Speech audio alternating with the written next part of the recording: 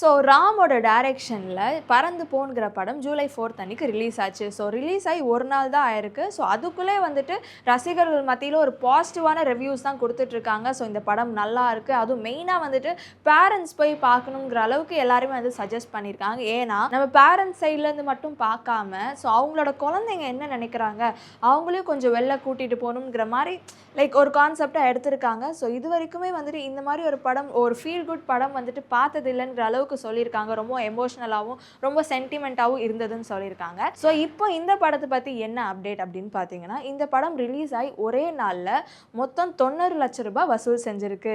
So இன்னும் மேலும் மேலே, அதாவது நாட்கள் போக போக இன்னும் அதிகரிக்கும்ங்கிற அளவுக்கு வந்துட்டு பேசிகிட்டு இருக்காங்க. ஸோ கண்டிப்பாக, ஏன்னா இந்த படத்துக்கு ஒரு அவ்வளோ பெரிய ஃபேன் பேஸே உருவாயிடுச்சு. மெயினாக அதில் நம்ம மிர்ச்சி சிவாவும் வந்துட்டு அந்த அளவுக்கு எஃபர்ட் போட்டு நடிச்சிருக்காங்க.